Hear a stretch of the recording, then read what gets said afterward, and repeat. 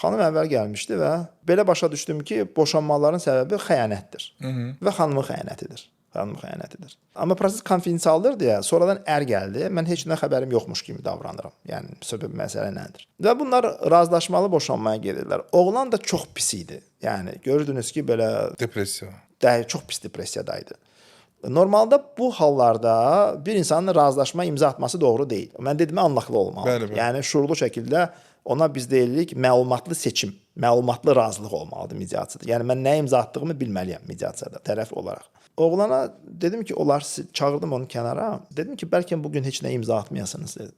Dedim, bəncə siz özünüzü yaxşı hiss eləmirsiniz, belə dedim. O da mənə çöndü vaxt dedi ki, bilirsiniz mən niyə özümü yaxşı hiss eləmirəm? Dedim, niyə? Dedi ki, biz 6 ildə evliyik. O bu 6 il ərzində o məni heç vaxt sevməyib.